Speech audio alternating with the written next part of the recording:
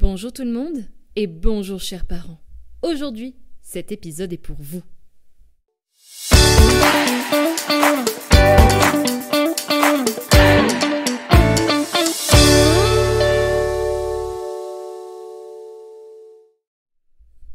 Aujourd'hui, dans ce nouvel épisode de podcast, je vais vous parler d'émotions.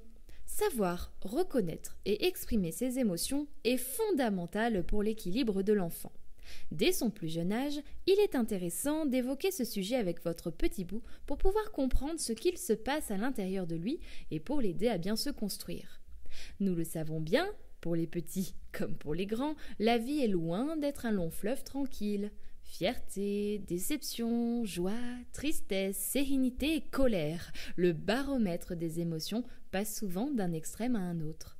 C'est pourquoi le meilleur moyen d'apprendre les émotions à un enfant est d'en parler avec lui. Cela peut se faire tout simplement par le jeu ou à l'aide de livres sur les émotions. C'est pourquoi je vais vous donner quelques conseils pour parler des émotions à votre enfant, mais avant tout, je vous propose ma sélection personnelle des 5 meilleurs livres sur les émotions.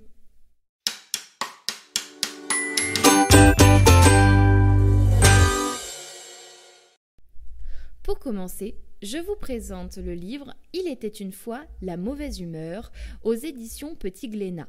Cette courte histoire, aussi rafraîchissante que rusée, nous montre comment un petit nuage de mauvaise humeur va, en sautant de personne en personne, semer derrière lui une sacrée pagaille et de jolies surprises, comme des raisons de rire, de pardonner et même d'aimer.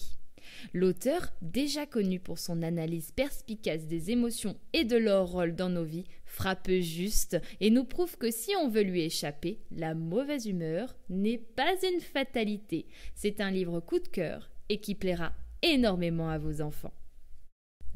Le deuxième livre que je vous présente est « Nous, les émotions » aux éditions La Partie. Les 31 créatures qui composent ce récit sont des émotions. Dans cette galerie de personnages, tous en action, il y a la joie qui bondit sur un trampoline, la colère explose, la reconnaissance se réchauffe, l'espoir prépare des sandwichs pour la route. Et oui, certaines images font mouche, d'autres bouleversent, questionnent, proposent un début de solution. Mais les émotions ne sont ni jugées ni classées, elles agissent et existent comme en chacun de nous. Ce livre est parfait pour expliquer aux enfants qu'il existe un nombre incalculable d'émotions et surtout qu'elles vivent en chacun de nous. Le troisième livre que je vous présente désormais est un grand classique dans la littérature jeunesse sur le thème des émotions.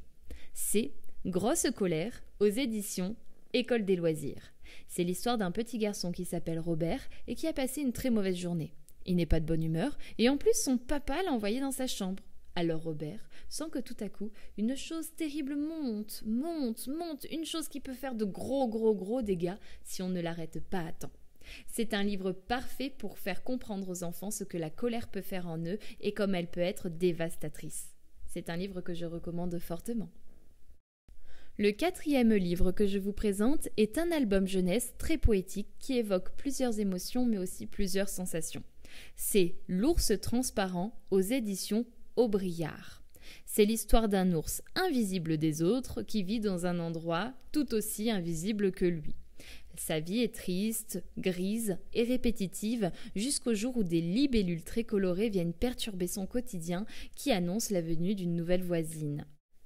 L'ours sera d'abord perturbé et gêné par cette joie de vivre débordante, mais il aidera cette voisine lorsqu'elle en aura besoin. L'heure de cette voisine a sonné et elle laissera un beau cadeau à l'ours.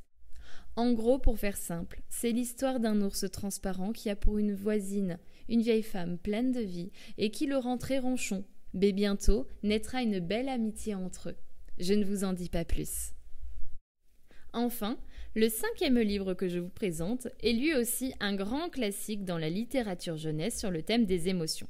C'est La couleur des émotions aux éditions Glénat. C'est l'histoire d'un monstre des couleurs qui se sent tout barbouillé. Ses émotions sont sans dessus dessous. Il ne comprend pas ce qui lui arrive. Réussira-t-il à mettre de l'ordre dans son cœur et à retrouver son équilibre? C'est ce que vous découvrirez dans cet ouvrage. C'est un livre que je recommande pour évoquer les émotions petit à petit avec des tout petits.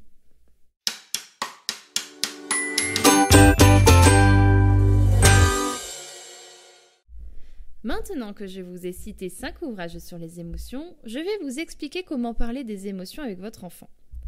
Échanger avec votre enfant sur ce qu'il ressent est le meilleur moyen, selon moi, de lui apprendre les émotions et surtout à quoi elles servent.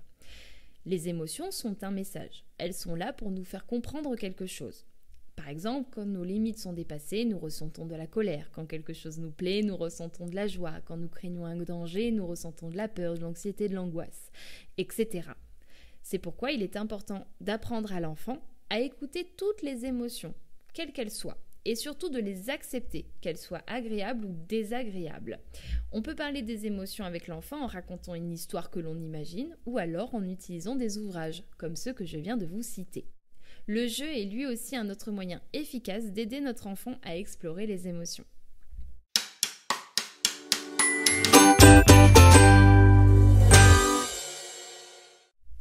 Enfin, pour conclure, les livres sur les émotions s'adressent aussi bien aux tout-petits, aux enfants, aux parents qui souhaitent en apprendre davantage sur la gestion des émotions. Parce que bien sûr, la connaissance des émotions contribue à développer l'intelligence et l'équilibre émotionnel durant toute sa vie. C'est pourquoi il est essentiel de savoir ce qu'il se passe à l'intérieur de nous. Donc oui, il est possible de parler des émotions, même au bébé. N'hésitez pas. Je vous dis à très vite pour un prochain épisode de podcast. Bonne journée, au revoir!